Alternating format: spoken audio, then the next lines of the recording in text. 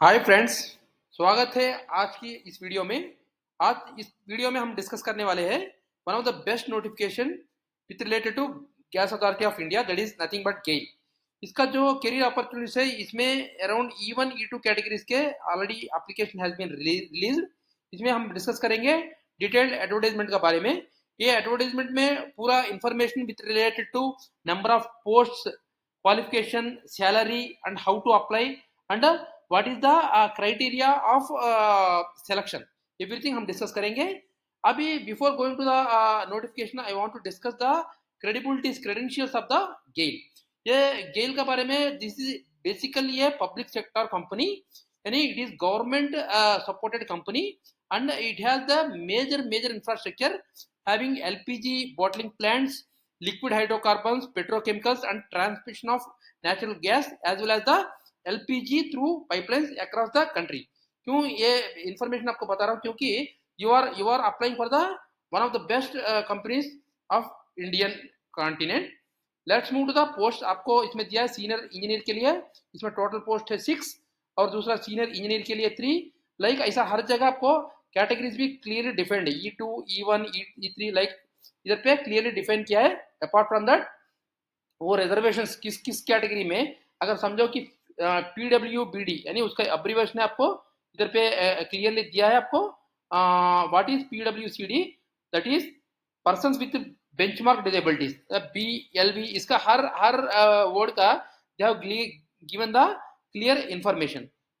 अभी इसमें जितना भी पोस्ट है, हर पोस्ट का जो क्वालिफिकेशन उनका जितना भी पोस्ट है, आपको अनरिजर्व को कितना है, EWS को कितना है, और अपना SC को ST को सबका ये clearly they have defined at every stages of this notification. अभी ये total categories are 19 and the total post are 261, 261 post के लिए this notification has been release. इसमें जो भी ये apart from in this 261 vacancies, इसमें 18 vacancies are reserve for the that PWBD, माने आपको जो भी फिजिकली चैलेंज्ड पर्सन के लिए इसमें 18 पोस्ट को रिजर्व किया है। उसमें जो भी कैटेगरीज है, इधर पे हर एक कैटेगरी को डिफाइन करके रखा है, यानी सीनियर इंजीनियर को ये 1+1+1, ऐसा total 18 categories reserve for this PWBD category। that means that is 261 minus that 18 will be the remaining vacancies। अभी चलेंगे जो अपना क्वालिफिकेशन के बारे में। What is the who is the qualified for applying this job. अपना सीनियर इंजीनियर के लिए जो बता रहा है, जो कैटेगरी E2 में है, जो पे स्केल है 60,000 से 1.8 lakh, this is the starting nearly salary. आपको समझो कि इसको जो अपार्ट फ्रॉम दिस, तो अगर समझो कि PLC बन गया, उनका पे रिविजन हो गया, they are getting much more benefits in their career. Apart from that they have much more facilities with respect to HRA and related allowances, everything. इसका जो क्वालिफिकेशन है, जो बैचलर डिग्री होना चाहिए केमिकल इंजीनियरिंग में, और इलेक्ट्रिकल और electronics और instrumentation and mechanical production, water में भी you have the percentage of 65% at least. Apart from that, आपको इसको एक्सपीरियंस के बारे में पूछ रहा है। जो रिन्यूएबल एनर्जी में, जो विंड और सोलर और ग्रीन पावर में, you have the experience at least minimum 1 year of post qualification experience, माने आपका एजुकेशन के बाद आपका मिनिमम एक एक्सपीरियंस होना है इस टाइप का जो ऑर्गेनाइजेशन में, यानी आपको स्टेट या सेंट्रल गवर्नमेंट का जो भी गवर्नमेंट ऑर्गेनाइजेशन है, जो इवन प्राइवेट ऑर्गेनाइजेशन में भी जो भी प्रोमिनेंट पावर प्लांट्स में या एनर्जी विंड और सोलर एनर्जी प्लांट में आप एक्सपीरियंस है, तो you can apply for this position. अगर समझो आपको इंडिया में अराउंड 269 थर्मल पावर प्लांट्स है, इसमें 138 are public undertaking and 131 are under the control of private, like Reliance, that Adani, GMR, GVK, everyone has the own thermal power plants also। इसमें जो भी experience है, they can apply for this post. अभी समझो senior engineer के लिए जो boiler के ग्रेड का है, जो boiler mean that is one of the major unit for producing the power। the turbines, boiler as the major infrastructure for thermal as well as the solar power plants। इसका जो experience चाहिए आपको, graduation में 60% का होना चाहिए, अपना chemistry में, मैकेनिकल में और इलेक्ट्रिकल में। उसका जो भी एक्सपीरियंस है, इसमें जो 1 ईयर का जो BOE certificate, BOE boiler of sorry BOE is one of the biggest organisation, वो सर्टिफिकेट करते हैं आपको बॉयलर ऑपरेटिंग इंजीनियर, BOE माने, it is certified by the one of the best organisation of India उधर जो भी सर्टिफाइड है they are eligible for this senior engineer position. ऐसा ही अपना सीनियर इंजीनियर को मैकेनिकल को जो ग्रेजुएट में 65% होना चाहिए और उनका 1 ईयर का एक्सपीरियंस जैसा भी बोला है अपना सिटी गैस डिस्ट्रीब्यूशन नेटवर्क में अपना जो भी अपना समझो कि एक सिटी है उसमें जो भी गैस डिस्ट्रीब्यूशन जो नेटवर्क होता है उसका मैनेजमेंट इंफ्रास्ट्रक्चर एवरीथिंग में उसको एक्सपीरियंस होना चाहिए। ऐसा ही अपना इलेक्ट्रिकल में भी the graduation is the basic thing. Apart from that आपको जो 1 ईयर का एक्सपीरियंस होना चाहिए आपको ओएनजीसी में जो गैस डिस्ट्रीब्यूशन का में उसको एक्सपीरियंस होना चाहिए 1 year after the post qualification यानी अपना ग्रेजुएशन के बाद। Let's move to the senior engineer. It is also instrumentation. इसमें जो भी क्वालिफिकेशन है it is also graduation in instrumentation as well as electronics and instrumentation वाला इसको अप्लाई कर सकते हैं। They should have the minimum qualification of 65%। उसके बाद में उसका जो भी बेसिक पोस्ट क्वालिफिकेशन एक्सपीरियंस चाहिए जो सिटी गैस डिस्ट्रीब्यूशन सिस्टम में उनका मिनिमम 1 ईयर का एक्सपीरियंस होना चाहिए। और सीनियर इंजीनियर को क्या चाहिए और अपना सीनियर इंजीनियर इसमें क्या होना चाहिए इसमें क्लियरली डिफाइन किया। अब इसमें पढ़ते जाने से आपको everything can be understand but you have any query यानी आपको कहीं पर समझ में नहीं आया है तो आप please comment us, will give the best information for you. Comment कीजिए, शेयर कीजिए, सब्सक्राइब कीजिए। अपार्ट फ्रॉम दिस हम ऐसा नोटिफिकेशन हम कंटिन्यूसली आपको लाता रहेंगे। Let's move to the senior officer position. It has the basic qualification of chemical और mechanical production engineering having 65% of marks. इसका पोस्ट क्वालिफिकेशन एक्सपीरियंस चाहिए 1 ईयर का। उसमें जो कॉन्ट्रैक्ट मैनेजमेंट में प्रोक्योरमेंट ऑफ मटेरियल्स में यानी जो कंपनी एसेट में जो प्रोक्योरमेंट सिस्टम होता है जो stores management system procurement system में उसको एक्सपीरियंस होना चाहिए। यानी अपना सीनियर इंजीनियर सिविल जो सिविल इंजीनियर होता है उसका जो बैचलर डिग्री होना चाहिए 65% मार्क्स से। और उसका जो भी 1 ईयर का एक्सपीरियंस होना चाहिए जो सिविल फाउंडेशन स्टेट या सेंट्रल गवर्नमेंट का यानी सेंट्रल गवर्नमेंट का जो भी CPWD होता है PWD होता है अपना स्टेट ऑर्गेनाइजेशन लाइक R&B होता है ये सब में जो भी एक्सपीरियंस है 1 ईयर का they can apply for this position.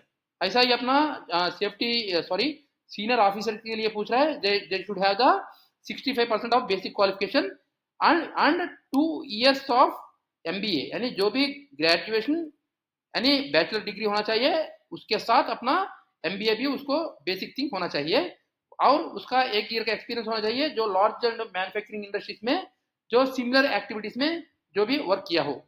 और जो अपना सीनियर ऑफिसर्स के लिए बोल रहे हैं F&A इसका जो एक्सपीरियंस चाहिए जो भी उसका भी 1 ईयर है पर फिर भी इसका जो भी बेसिक क्वालिफिकेशन है BCom with 60% and 2 years of MBA with specialisation in finance. जो फाइनेंस में MBA कर रहे हैं और BCom का बेसिक क्वालिफिकेशन है they can apply for this position. Apart from that you can graduate of BA with 60% of MBA with finance and the graduation of BA or BSc with honors in mathematics। जो भी mathematics से honours किया हो with 60% in and 2 years MBA जो MBA किया हो उसको भी ये इसको अप्लाई कर सकते हैं। इसका जो basic things everything has been described here. हम चलते हैं सामने जो सीनियर ऑफिसर का पोजीशन का जो HR का HR is human resources. Her industry को HR is the main function. They will recruit the man power managers everyone will be recruit by the human resources department। This is one of the basic functions of any production or process based industry। इसका जो भी qualification होता है जो bachelor degree होना चाहिए 60% का और अपना MBA भी one of the basic requirement है। उसके बाद जो भी उसका एक्सपीरियंस होना चाहिए basic thing is 1 year of post qualification experience का। और अपना अगर समझो कि आप अप्लाई कर रहे हैं सीनियर ऑफिसर को जो लॉ का बारे में he should be have the graduation in law with 60% of marks in LLB with 60% और उसका 1 ईयर का एक्सपीरियंस होना चाहिए अपना सेंट्रल और स्टेट गवर्नमेंट अंडरटेकिंग में एज ए एडवोकेट आप लार्ज लॉ फॉर्म में आप किया हो यानी एक सेंट्रल और स्टेट गवर्नमेंट का फॉर्म में आप एज ए एडवोकेट जैसा उस कंपनी में if you are worked you are eligible for applying this post. ऐसा ही अपना समझो कि मेडिकल ऑफिसर यानी मेडिकल सर्विसेज जो भी पोस्ट सीनियर ऑफिसर का पूछा जा रहा है you should have a MBBS degree. उसके साथ आपको मिनिमम 1 साल का एक्सपीरियंस होना चाहिए जो अपना स्टेट और सेंट्रल गवर्नमेंट हॉस्पिटल में या मेन ऑर्गेनाइजेशन में या प्राइवेट सेक्टर कंपनी में you should have worked as a doctor और a medical officer with 1 year of basic experience. ऐसा ही अपना सीनियर ऑफिसर कॉर्पोरेशन कम्युनिकेशन यानी इसके लिए क्वालिफिकेशन चाहिए आपको 2 years बैचलर डिग्री होना चाहिए और पोस्ट ग्रेजुएट डिप्लोमा चाहिए आपको कम्युनिकेशन एडवर्टाइजिंग में। और उसका जो basic percentage of marks should be at least 65%। उसका जो भी क्वालिफिकेशन और एक्सपीरियंस के बारे में भी इधर पे क्लियरली डिफाइन किया है। और दूसरा ऑफिसर के लिए जो लेबोरेटरी है, जो पोस्ट ऑफिसर का है, उसका जो कैटेगरी है 50,000 to 1.6 lakhs। The upper age limit is also given as 32 years।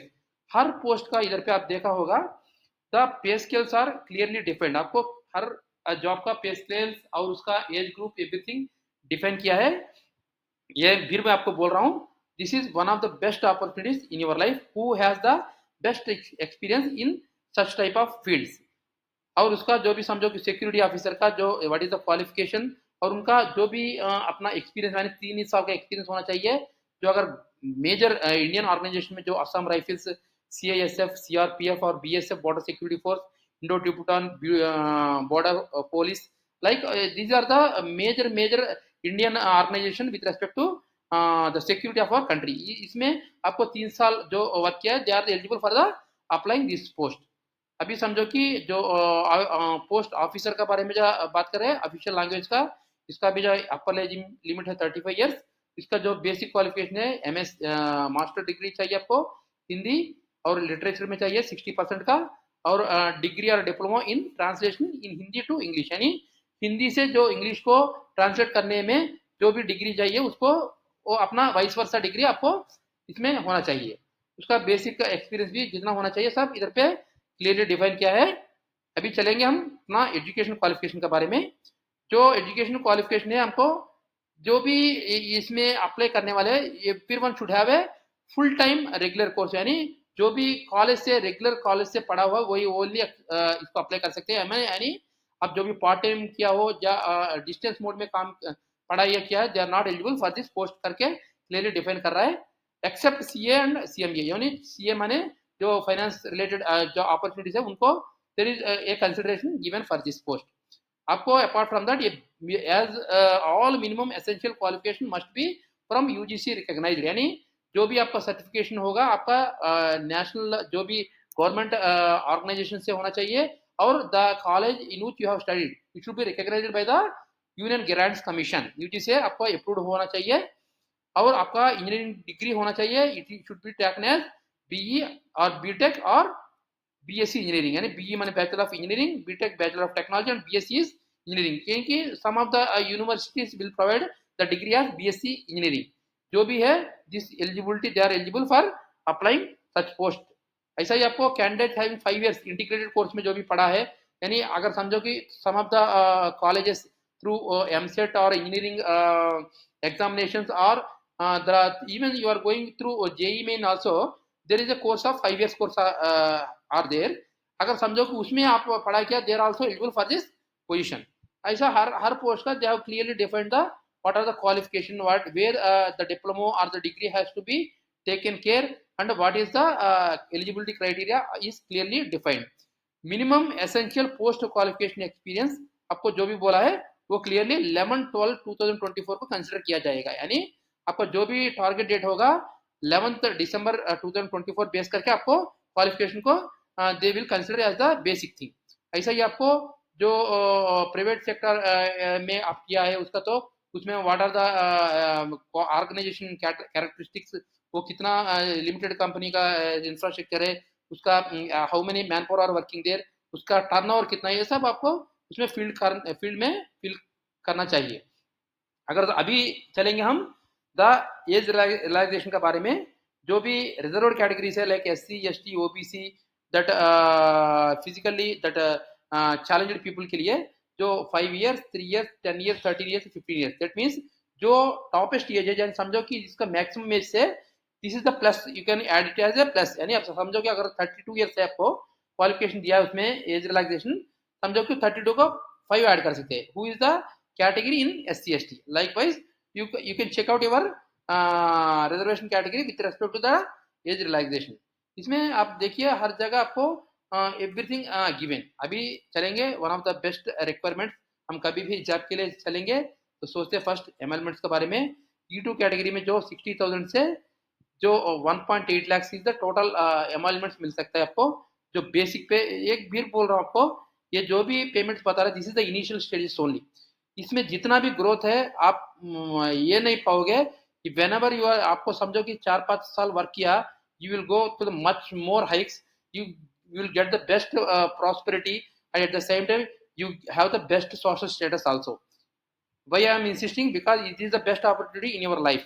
आपको हर कैटेगरी का आपको क्वालिफिकेशन, उसके बाद एक्सपीरियंस जितना है, उसका पेमेंट अलाउंसेस कैसा होता है, वेरिएबल पेस कितना होता है, बेनिफिट्स आपको क्या क्या मिलता है, आपको जैसा पता है आपको कंपनी का अकोमोडेशन मिलता है आपको, यानी जो कंपनी बनाए हो क्वार्टर में आप फ्रीली रह सकते हैं, उसका एचआरए भी आपको उसमें इंक्लूड करता है आपको, और अपना सुपर एनुएशन बेनिफिट्स, यानी आपको रिटायरमेंट का सामने आपको बेनिफिट जो भी मिलेगा, ये सब आपको एक तरह से you will get the best benefits. Even a central government employee will not get this best this one. और दूसरा one of the things I can say you, जो भी इसमें opportunity है, without examination they are getting this you are getting this opportunity if you are qualified as per the requirements of the GAIL. अभी something application fee के बारे में, जो application fill करना है ये भी हम नेक्स्ट इस वीडियो में ही डिस्कस करेंगे. एप्लीकेशन फी 200 रुपया, और SC/ST के लिए भी वो उसमें एग्जाम किया है, there is no need of paying fees for SC/ST and the physically challenged people. आपको कैसा पे करना है सब इधर पे दिया है. हाउ टू अप्लाई करने उसका बारे में हम डिस्कस करेंगे जब मेन वेबसाइट से जाके हम चलेंगे. अभी व्हाट आर द रिक्वायरमेंट्स, यानी क्या क्या आपको रेडीली अवेलेबल रखना है before applying to this post. आपको वैलिड ईमेल होना चाहिए, आपका ईमेल आईडी, और दूसरा आपका मोबाइल नंबर, और आपका जो भी फोटोग्राफ्स एवरीथिंग स्कैन करके इधर पे अपना जो भी साइज इसमें दिया है उस पोजीशन में, और उसका जो भी मैक्सिमम साइज है उसमें आप रेडी करके आपको रख लेना है. और अपना जो भी रजिस्ट्रेशन प्रोसेस सब इधर में क्लियरली डिफाइन किया है. आपका जो भी ओरिजिनल डॉक्यूमेंट्स है लाइक 10th क्लास, इंटरमीडिएट और इंजीनियरिंग और एक्सपीरियंस सर्टिफिकेट जो भी है आपका क्लियरली आप स्कैन करके अपना डेस्कटॉप के ऊपर रेडीली कीप कीजिए, so that whenever you are applying the post you can directly attach the application form. अभी चलेंगे जो पास्ट एक्सपीरियंस का, जो ये this is the basic requirement for this post. Already इसमें जो भी दिया है पहले, जो भी आपका एक्सपीरियंस है उसका जो लेटेस्ट पे स्लिप आपको बताना पड़ेगा, जो एनुअल इंक्रीमेंट आपका अगर प्रमोशन हो गया जो पुराना कंपनी में, उसका भी आपको you have to exhibit during the process of applying the post. आपको जो पीएफ स्टेटमेंट जो भी आपका पुराना कंपनी से जितना भी सर्विस किया हो उसका एक्यूमुलेटेड पीएफ का बारे में सब आपको बता सकता है और बताना पड़ेगा आपको. और अपना जो भी अपना ऑर्गेनाइजेशन जो जितना भी कंपनी में किया है उसका टर्नओवर कितना है, उसका कैपेबिलिटी क्या है, कैपेसिटी क्या है, what is the capacity of the organisation, और HR policy everything has to be disclosed during the applying post. आपको वैलिड आईडी प्रूफ तो आपको यू हैव टू कैरी है. और आपका जो भी क्वेरीज है सब इधर पे, जो भी मेडिकल का बारे में जो भी अपना बेसिक थिंग्स आपको होना चाहिए प्री एम्प्लॉयमेंट के पहले, जो भी medical test to be confirmed by the GAIL authority of India, क्योंकि अपना गेल अथॉरिटी एक बोर्ड को स्पेसिफाई करेगा, वहां पे आपका जो भी physical characteristics will be examined and you have to no objection certificate will be given by the authorised board only. जो भी उधर पे पास करता है they are the only person who will be allowed for the next stages of the recruitment. अभी समझो इसका बारे में, सिलेक्शन प्रोसेस का बारे में हम बात करेंगे. Selection candidates fulfilling all the eligibility criteria will only be considered for further course of selection. Depending on the number of candidates fulfilling all criteria, candidates will undergo single stage or multi-stage of selection process. In this event of number of applications being large, GAIL will adopt shortlisting the criteria to restrict the number of candidates. माने one basic thing इधर पे basic thing बोला है कि आपको इसमें कोई exam नहीं दे रहा है, जो भी आपका बेसिक क्वालिफिकेशन के ऊपर में और जो आपका जो एक्सपीरियंस में हिसाब से जो भी टॉपर हो रहा है बेस्ड ऑन द जो भी अपने पास रिक्रूटमेंट अपना वैकेंसी, उसके बाद अपना शॉर्ट लिस्ट करके directly the GAIL will call for the process of interview and further process of activities like group discussion सब अपना हिसाब से एग्जाम करने का पूरा राइट इज हैविंग विद गेल.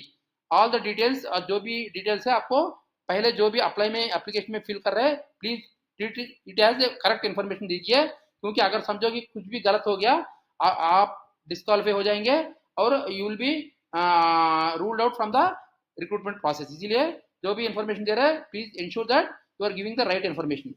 जो भी क्वालिफिकेशन के बारे में इधर बोल रहे हैं, जो भी Indian national has to apply, और उसका जो भी एलिजिबिलिटी क्राइटेरिया पहले से हम बताया उसमें सब फिल करना चाहिए. और दूसरा जो भी कैटेगरी वाइज सर्टिफिकेट जो बेसिक थिंग, और दूसरा बोल रहा हूँ आपको OBC में क्रीमी लेयर वाले जो creamy layer and non creamy layer आपको चाहिए, उसके बारे में कुछ इन्फॉर्मेशन प्लीज़ कमेंट कीजिए, हम उसका एनसीएल के बारे में हम एक वीडियो आपको करके देंगे। अपार्ट फ्रॉम दैट, ये वीडियो आपको अच्छा लगा तो लाइक कीजिए, शेयर कीजिए और सब्सक्राइब कीजिए। और इसका जो भी इंफॉर्मेशन है इसमें आपको क्लियरली डिफाइन किया है, जो कैटेगरीज के बारे में, जो फाइनेंशियल एफिडेविट्स के बारे में, सब कुछ इधर पे आप यू हैव अंडरस्टैंड। और दूसरा the finally the important dates जो बोल रहा है, commencement of online registration of application, यानी 12 तारीख से नवंबर से already it is been started. Last date for online registration, यानी वो आपको last date for this application filling is 11 December by 6 PM। आपको इंस्ट्रक्शन सब कुछ इधर पे दिया है। अभी चलेंगे हम हाउ टू अप्लाई, कैसा अप्लाई करना चाहिए।